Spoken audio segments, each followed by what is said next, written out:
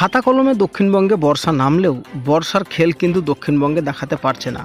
তো হ্যাঁ, ঠিকই শুনছেন যে দক্ষিণবঙ্গে খাতা কলমে বর্ষা প্রবেশ করলেও আর্দ্রতাজনিত অস্বস্তি এবং বিক্ষিপ্ত ঝড় বৃষ্টি ছাড়াই কিন্তু দক্ষিণবঙ্গে এখন পর্যন্ত ভারী বৃষ্টি পায়নি তেমনভাবে কোনো জেলাতেই।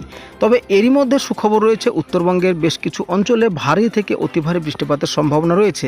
তো হ্যাঁ, ঠিকই জানাবো যে উত্তরবঙ্গে কোন জেলা এবং দক্ষিণবঙ্গের কোন কোন জেলায় বৃষ্টিপাত রয়েছে। তো বন্ধুরা, দয়া করে সাথেই থাকুন এবং দেখতে থাকুন আমাদের এই ইউটিউব চ্যানেল। তো আসুন আমরা বেশি দেরি না করে আজকে দক্ষিণবঙ্গের কোন কোন জেলায় বৃষ্টিপাত হতে পারে একটু আমরা দেখে নিই।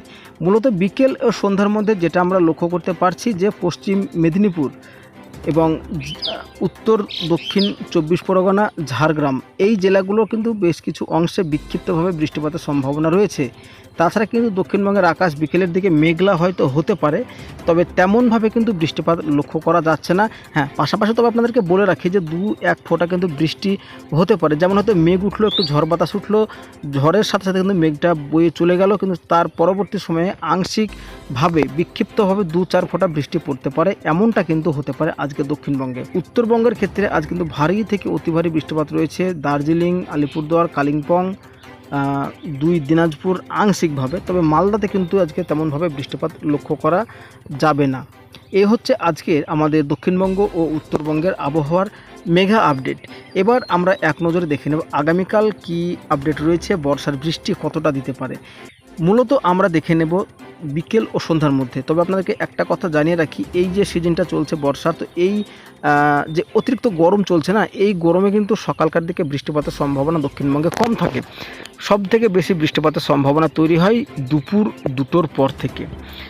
তো দুপুর 2টোর পরে আমরা চলে এসেছি আগামীকাল যেটা দেখতে পাচ্ছি সুন্দরবন এলাকা, তার মধ্যে রয়েছে দক্ষিণ 24 পরগনা বেশ কিছু অংশ, এবং আমরা দেখতে পাচ্ছি যে এদিকে দীঘা, পশ্চিম মেদিনীপুরের কিছু অংশ বিক্ষিপ্ত বৃষ্টি, এবং এদিকে দেখতে পাচ্ছি বীরভূম, এবং হালকাভাবে দেখতে পাচ্ছি বাংলাদেশ লাগোয়া নদিয়া, মুর্শিদাবাদ, উত্তর 24 পরগনা এই জায়গাগুলোতে কিন্তু আগামীকালকে বিক্ষিপ্ত বৃষ্টি থাকছে। তবে তেমন কিন্তু ভারী বৃষ্টি বা তেমন কোনো দুর্যোগ কিন্তু নয় এটা। উত্তরবঙ্গের ক্ষেত্রে যদি দেখে নেওয়া যাক, গ্যাংটক, শিলিগুড়ি, আলিপুরদুয়ার, কোচবিহার এই জায়গাগুলোতে কিন্তু বিকেল ও সন্ধ্যার মধ্যে বিক্ষিপ্ত বৃষ্টি থাকবে, এবং গোটা উত্তরবঙ্গই কিন্তু আকাশ মেঘাচ্ছন্ন থাকবে। মঙ্গলবার যদি আমরা চলে আসি একদম দুপুর বা বিকেলের মধ্যে, যেটা দেখতে পাচ্ছি কলকাতায় আংশিক বৃষ্টি রয়েছে বৃষ্টি, ঝাড়গ্রামের কিছু অংশে বিক্ষিপ্তভাবে, মোটের পর ভারী বৃষ্টি কোনো রকমই কিন্তু আমরা এই মুহূর্তে দেখতে পাচ্ছি না। উত্তরবঙ্গের ক্ষেত্রে তেমনভাবে দুর্যোগ নেই, বৃষ্টিপাত কিন্তু ধীরে ধীরে কমছে। তবে আপনাদেরকে আরও একটা জিনিস জানাবো, এই যে দক্ষিণবঙ্গে বৃষ্টিপাত চলছে লাগাতারভাবে, নয় বর্ষার বৃষ্টি তো নয় একদম, এটা বলা যেতে পারে খাতা কলমে বর্ষা প্রবেশ করলেও কিন্তু এই ধরনের বৃষ্টি বর্ষায় হতেই পারে না।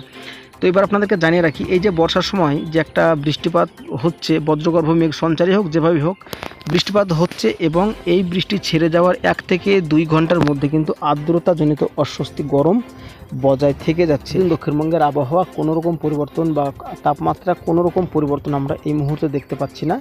মোটামুটি তাপমাত্রা 30 থেকে 32-33 এরকম থাকবে। তো বন্ধুরা, বেশি বড় করলাম না, কেমন লাগলো, কোথা থেকে দেখলেন অবশ্যই কমেন্টে জানাবেন আপনার জেলার নাম।